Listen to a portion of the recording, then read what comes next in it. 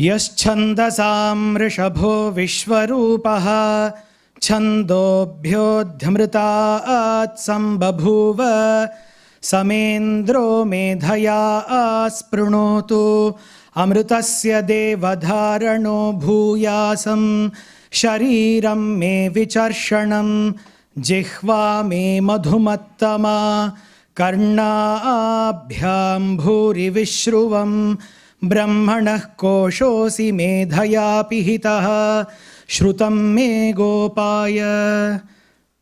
Om Shanti Shanti Shanti. The most humble pranams at Bhagwan's lotus feet. Sairam to all of you. It gives me immense pleasure and joy to share a few thoughts and memories with you all that Bhagwan had blessed me with. In fact, this is the third time I'm visiting the center. So this is my first trip to Kari or this area. So I came in for a business trip, and I'll be leaving this weekend, the coming weekend.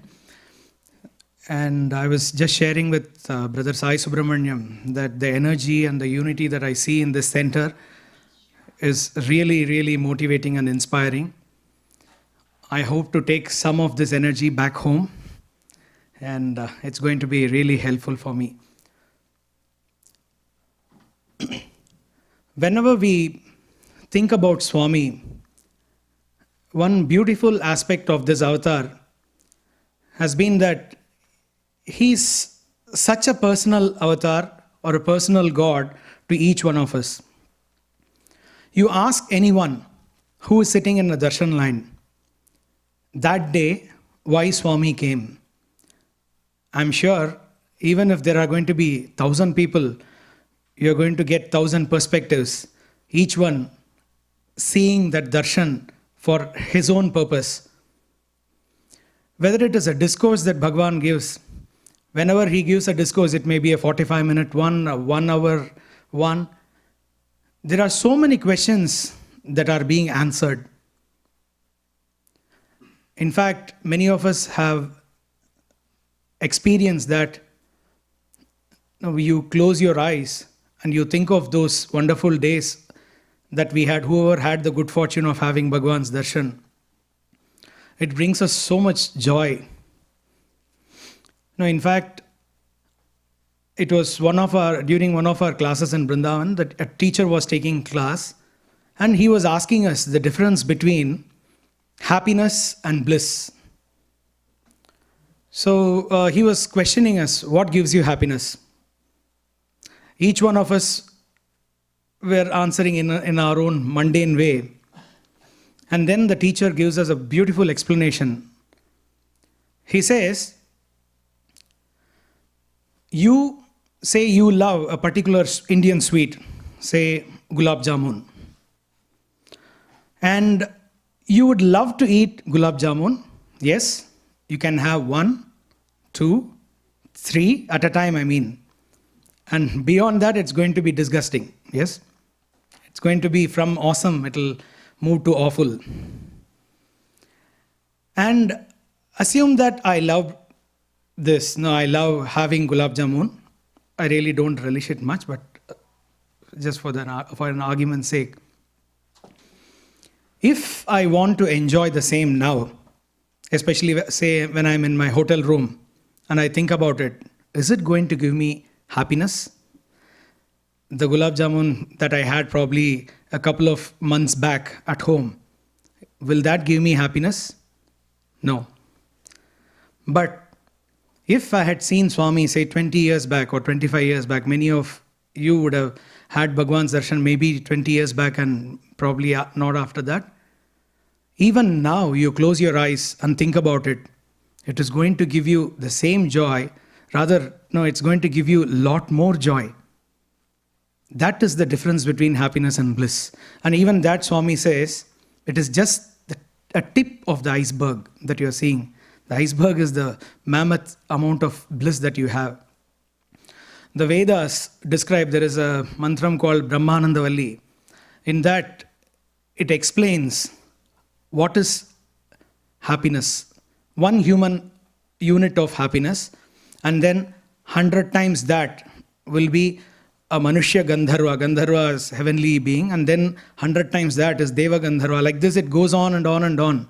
In Telugu or even Tamil people, you ask them, say, Swami makes a reference to this quite often in his discourses. He talks about you having a mango fruit. You love it. You just take a bite. Assume it's a sweet mango. And then you say, Brahmanandanga undi. Swami makes fun of that, saying, you don't know what is even one human anandam, one unit of human bliss. What about Brahmanandam? And here is Swami giving us that bliss, and in bountiful portions. And whenever somebody shares, few of the brothers here were telling me that they are so happy to listen to me. It's actually it's mutual. Whenever we share, so many things well up in our hearts, and that's really fulfilling.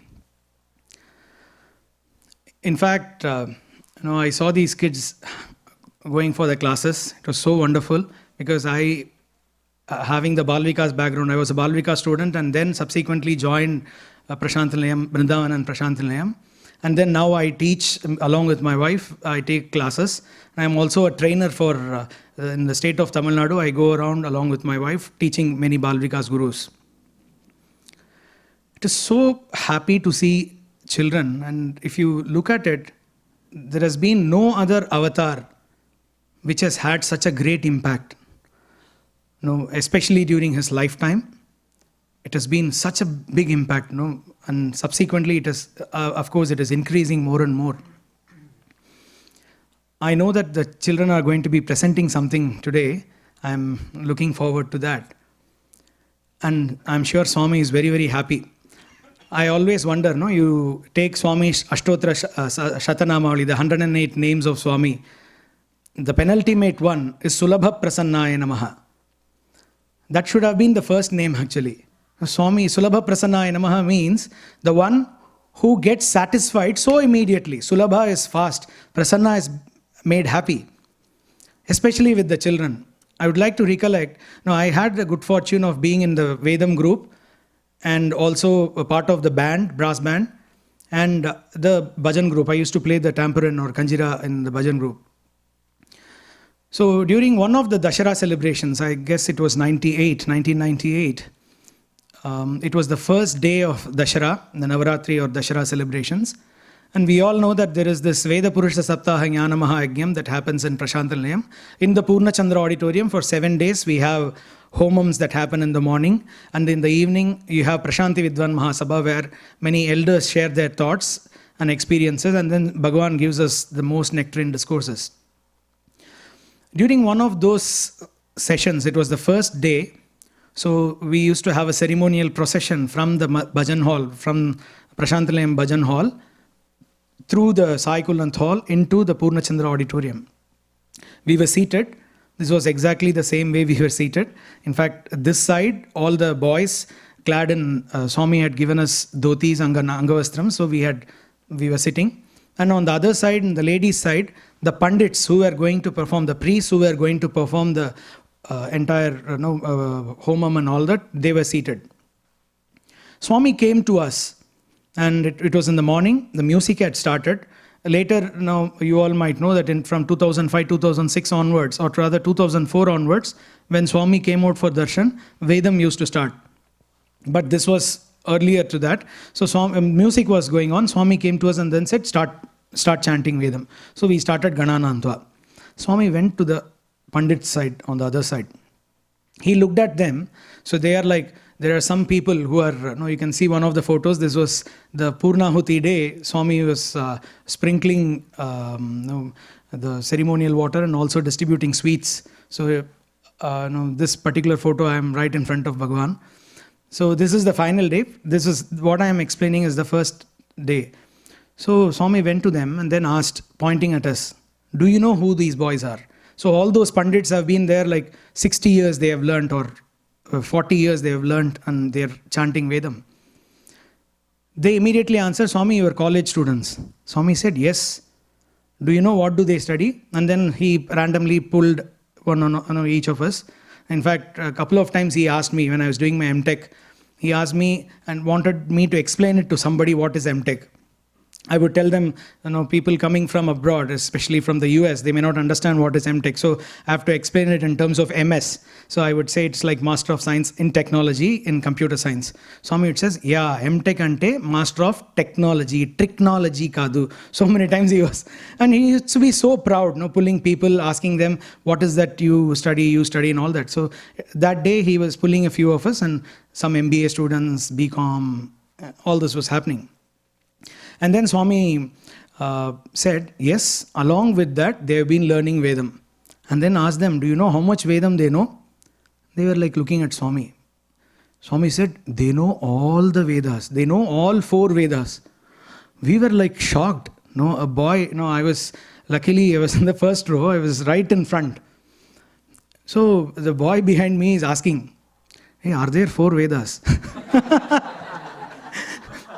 I can hear someone murmuring, I know that there are 4 Vedas.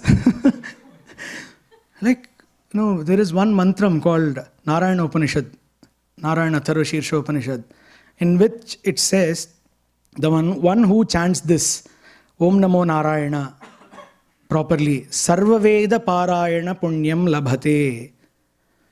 It means it bestows upon you the punya or the merit of chanting all the Vedas. So here was Swami, for whatever little we had learned, he was bestowing upon us the Chaturvedi title. We do not know what it means, but even to have that word from Bhagwan's mouth is a great blessing. So he is such a wonderful Lord who is Sulabha Prasanna. Such a Lord, what does he expect from us? This happened to my classmates who were in the school. So I joined in Vrindavan for my undergraduation BSc. Few of our classmates were, they were there from the first grade onwards, and some people joined the 11th grade. So in their 12th grade, a few days before the exams, Swami called them and blessed them all. And what happens is, it's very interesting. Swami blesses the hall tickets for the exams and then distributes the zoological biscuits. That's what we call in India. So biscuits with different shapes like fish, dog and all that. He distributes that and says, eat this and go. You will remember all the things and you can write well. I mean, we really do not know what he means. But so these boys decided, few of them had stayed back during the winter vacations in October, November, because they didn't want to go and come back because they had to prepare for the final exams that were coming. So this was in February. During the previous October, November, whoever had stayed back, Swami had given them, all of them, a robe that Swami wears and blessed them all with robes. So they were wondering from, right after the sports meet, that's when slowly, academics start sinking in. So they started thinking about what is that we have to do to Swami. What do we give back to Swami? We have had 12 years of education, few of them 2 years of education. What do we give back to Swami? So the immediate thing was, they all decided that they will stitch a robe for Swami and give it to him as a gift. And where do they anyway have samples of the cloth that he wears, and they also have a model, ready-made thing ready. And luckily, one of them knew a person, or his father was a tailor who could stitch it. So it was literally zero cost except for the cloth that they need to buy. And if you can see, there are a lot of things that you can see from Swami. See his robe. It looks splendid. If you and I were to wear such a thing and go and stand even at our house, people would laugh at us. But see, it's so beautiful. He used to tell us in Vrindavan so many times about his childhood days. The young Sathya, which is one of very, very important things that Balvika's children should learn. He used to tell us that he had only one pair of uniform shirt and trousers, and he used to wash them every evening. And if the button is gone, they didn't have money to stitch a button. So he would go pluck a thorn and then stitch it and hide it in such a way that others do not speak ill of his family or the poverty in the family. That's how Swami was. And such a beautiful piece of robe. If you look at the cloth, it's the cheapest possible material. And he wears it beautifully. And these boys procured it, got it stitched. And one fine morning, it was a Thursday morning, and in turns from each of the hostels, lunch used to be sent for Bhagwan, whatever was made in the hostel. Additionally, some boys would prepare specially in a separate kitchen for Swami, send it to Swami. And all the 12th standard boys, 12th grade boys, they wrote letters to Swami, packed everything, packed the robe very beautifully, and then sent it in the basket that was going with food. So we were all very happy. That evening, those days, darshan used to be at 3:40 or 3:30 p.m. Swami used to come out. So this was in 95. 95 must be February or March. So these boys, they thought that evening is going to be wonderful, memorable. Yes, the call came even before the boys went to Mandir. It was around 2:40 or 2:30 that the principal comes rushing into the classroom and then says, all 12th class boys, please rush to Mandir. Swami is waiting for you all. Boys were overjoyed. They just dropped the books there, ran to Mandir. Swami was waiting in the veranda. He opened the door, go. And usually he's the last person to get into the interview room. He bolts the door, turns back. That's when the boys realized the frown on his face. The robe, the parcel that was there next to Swami's chair, Swami pointed at that and then asked, what was that? What is that? The boys knew that something was wrong. And they had decided, if Swami is upset and Swami asks how much you spent for that, none of us would open our mouth. So this was the audacity. So Swami comes and asks, what is that? How much did you spend for that? Nobody opened. Swami went inside, got them. I don't remember what was the denomination of the currency notes. He went to each of them, gave that, went and sat on his chair. The interview room was full. You know how small the interview room is. And so many boys. Few of them were standing at the back. And Swami pointed at the wall, which was separating this interview room and the inner interview room. It was wet. Water was, as if tears were flowing, it was wet. Swami told the boys, you do not know or you do not understand the value. The walls, which you think are not having any consciousness, they are crying, pining for my darshan, sparshan and sambhashan. They know that I exist, but they can't feel it. You boys are so blessed and you don't understand who I am. And then Swami said, and then Swami cooled them down. Swami created the great Kohinoor diamond, which is adorning the Queen's, the Queen of England's crown, which was taken away from India. Swami created that, showed them, calmed them down. But the lesson he gave was, I do not expect anything from you. In a later audience, when he spoke to us, he told us that, I don't want you to give anything back to me. Give it forward. Do it to the society. That's a great thing that Swami has taught us. And we had a lot of privileges with Swami as band boys specifically. It was one particular year, I think this was 2000. No, it was 2002. Yeah, 2002 January. It was my final year. That makes it much more memorable. What happened was, we had an event for the sports meet called the Lion Dance.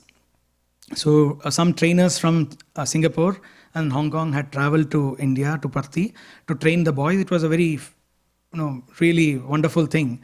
And for that, Swami we want to do a slightly different thing. He said, I want to have a marching by the, when Swami enters the stadium, we have a slow march that happens and Sai Gita comes along and there is this chariot of Swami that comes in. The band plays in the front, there is a slow march. And Swami wanted the lion dance to have, come in marching, all the boys with the lion costume to come in march. And he called, they used to have practice every evening in the Purnachandra hall. And then he called us, also the band boys. He said, you have to play the tune. They should get accustomed. So we used to be like, there were 12 or 13 line dance boys and 30 band boys. All of us just in the Purnachandra hall. Wonderful time with Swami. Whether we practiced or not, that's a secondary thing. We had a lot of fun with Swami. And the sports meet happened. In fact, what happened was, this was on December 26th or 27th. We prayed to Swami. We were having practice in the Purnachandra hall. We prayed to Swami. We said, Swami, we would like to offer a New Year concert in the morning, as the band. Swami was very happy and then said, Manchidi, good, go ahead and practice. We went and we stopped the practice for the sports meet and focused on the New Year and prepared ourselves well.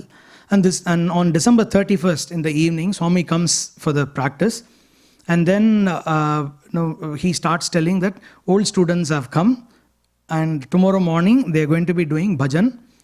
Right from the time I enter the darshan hall, until the evening. We were like shocked. Swami, we have practiced so much, and what is this? And then we didn't want to interrupt Swami. As Swami was going into his room, few of us went to the door, and then we told Swami, we have band program. He said, cheyandi. He said, go ahead. We didn't know what to do, but because we heard that go ahead, we went and next morning we were ready with our instruments. Swami came, smiled at us, walked past. We thought, okay, definitely the program is going to be there. He goes inside the bhajan hall directly and starts the bhajans. And this is going to go on till the evening. We were completely crestfallen. We were all down. And Swami looked at us from inside. The bhajans were going on and on. 6:40 Swami came out, and it was going on and on. At around 9:01 or 9 a.m., 2 minutes past 9, one of the teachers who plays the tabla, Sai sir, he comes running from inside. He calls the band leader and says, Swami wants you to perform right after this bhajan. So immediately, all the brass instruments, they were all cold, and the tuning had completely gone off, and few of them had just stepped out to the restrooms and all that. We gathered them, and the second speed was going on, and Swami was coming towards us. He was so happy. He told us to start. As he was stepping down from the upper portico, he was so happy. At the end of the program, he came to us directly. We never know what Swami plans for. We thought Swami was denying us from performing the program. Swami came to the band leader and said, Bangaru, you felt bad that I didn't call you? And then Swami said, that time was not auspicious. I was waiting for the auspicious time to come. It was after 9 that the auspicious time starts. That's where I came out and started. God's delays are not his denials.